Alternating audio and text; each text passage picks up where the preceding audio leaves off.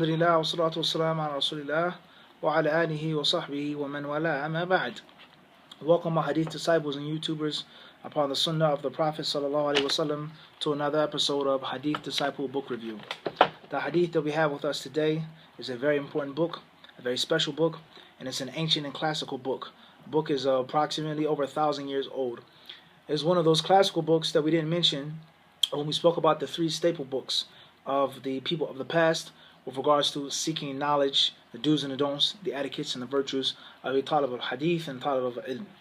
And this is a book which is called, and I'll show you here on my tablet, whereas I actually have two copies of the book, but I want to show you this copy of the book, which is one of the older copies, and it is the copy that I prefer to use for a few reasons. The book is called Akhlaqul Ulama, which is translated to mean the manners and the characteristics of the learned people.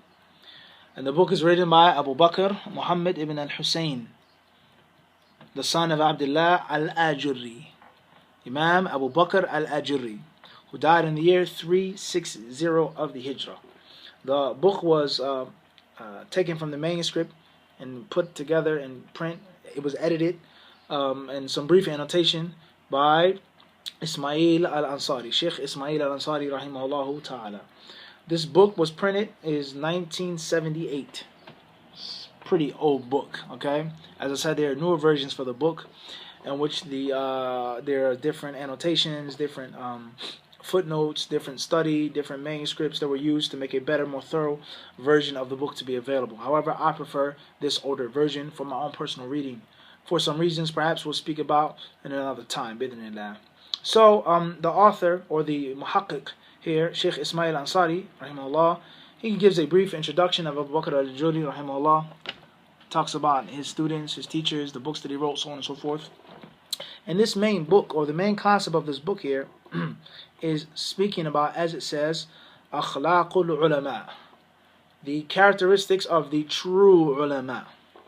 And the reason why this book is so important, first and foremost, is that it is a book from the ulama of the past. It's old.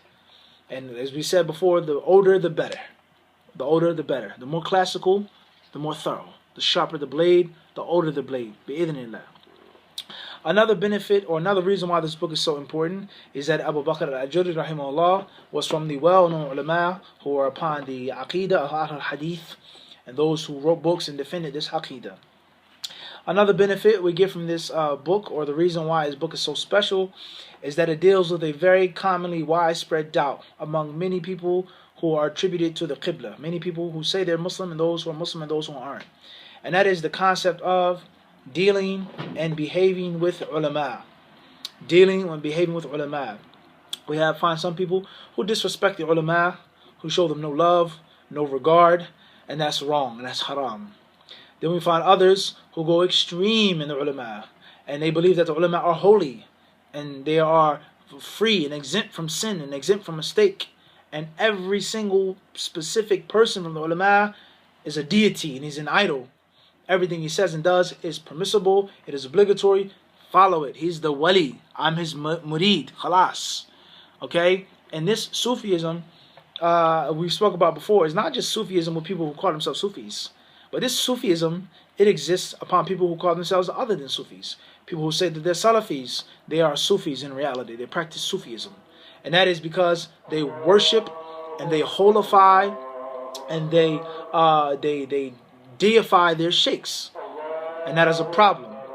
Allahu Akbar, Allahu Akbar. So therefore, before we stop for the salat, Abu Bakr al-Ajurri rahimahullah ta'ala, he talks about the true ulama, those who are righteous, those who are pious, those who are knowledgeable, those who learn the deen.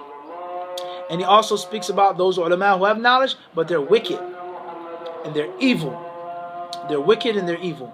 Alright? They don't practice what they preach. They do not spread wisdom. They do not teach what they're supposed to teach. So therefore, they are ulama su, or ulama fasaqah. They're sinful scholars, evil scholars. So the point that we're trying to get to is, is that you'll find some people today, and they will say, you can't say that about a sheikh, ya akhi. Or you can't say this about the scholars, akhi. He's a scholar. He's a well-known scholar. La, you can't say that. You can't say that what he said was wrong. You can't say that what he said is incorrect. You can't say that it's based off of personal issues. And this is wrong. And this is a khata. And a student of knowledge has to be aware of this. That every single scholar individually is not exempt from sin. Is not exempt from mistake. Is not exempt from the plane of the shaitan. The ulama as a whole is a different story. When the ulama agree upon something, all of them, ijma', that's a different story. As for one alim, one fatwa, it doesn't mean that it's 100% right and everything he says is solid and written and granted. It does not mean that.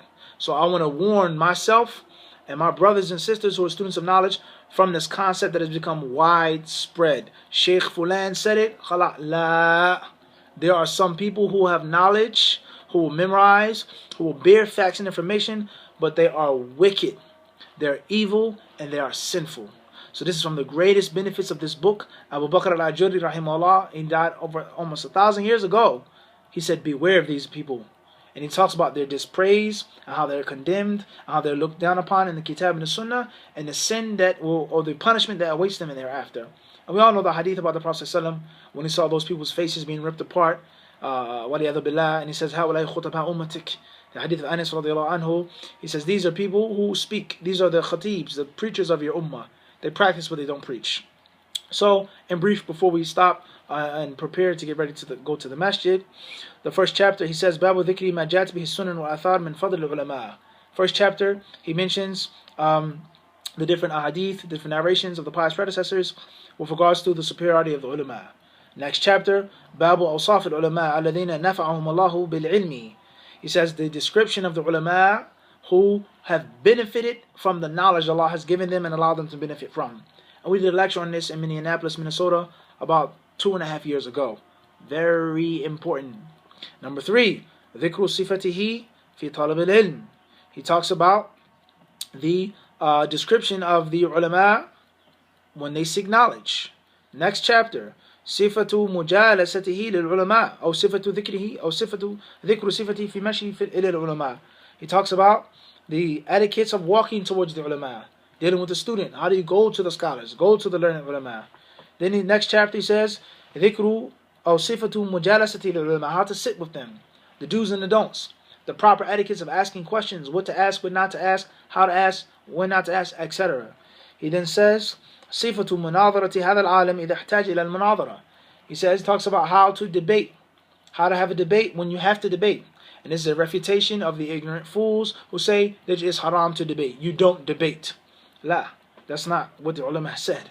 He says when you need to debate, bismillah, you debate. But it has to be in a proper manner. He then says, صفة إذا عرف بالعلم. Or before that he says, how is the student of knowledge to be?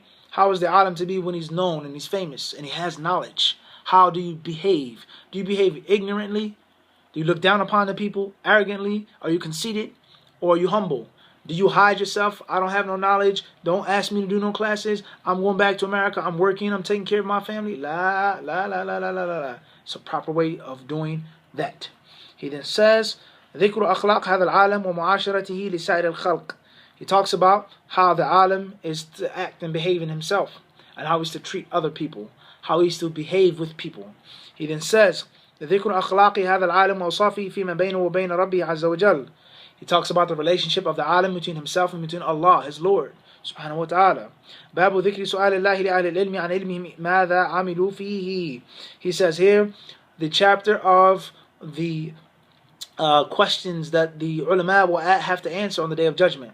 Allah will ask them about their knowledge. How do they act upon their ilm? Very dangerous. And then he says, كتاب أخلاق العالم الجاهل المفتتن بعلمه. Listen to these words, brothers and sisters. I'm going to translate it word for word. He says, Kitab, the chapter or the small book, أخلاق العالم, the characteristics of the alim, the learned man, الجاهل المفتتن بعلمه. He says, the ignorant scholar. Allahu Akbar. The ignorant scholar. Al-Muftatin, the one who is going through a fitna because of his knowledge. The one whose knowledge does not help him, does not aid him, but it makes things worse for him. Reflect on those words. He says, وَصْفُ مَنْ نَفَعَهُمْ اللَّهُ بِالْعِلْمِ. And then he says, the description of those who have benefited from their knowledge. So this is a very important book. This version of the book is 126 pages. They have other versions that are a bit larger. This is definitely a book that is a must-have in your library. A must-have. You must have this book in your library, and you must read it several times if you consider yourself to be a real student of knowledge. We ask Allah Azza wa Jal to make us of those who implement and practice what we preach, Ameen, and not to make us of those who are of the ignorant people, foolish people who are put through fitna because of what they have. Allah subhanahu wa ta'ala knows best. Until the next episode, Assalamu alaikum wa rahmatullahi wa barakatuh.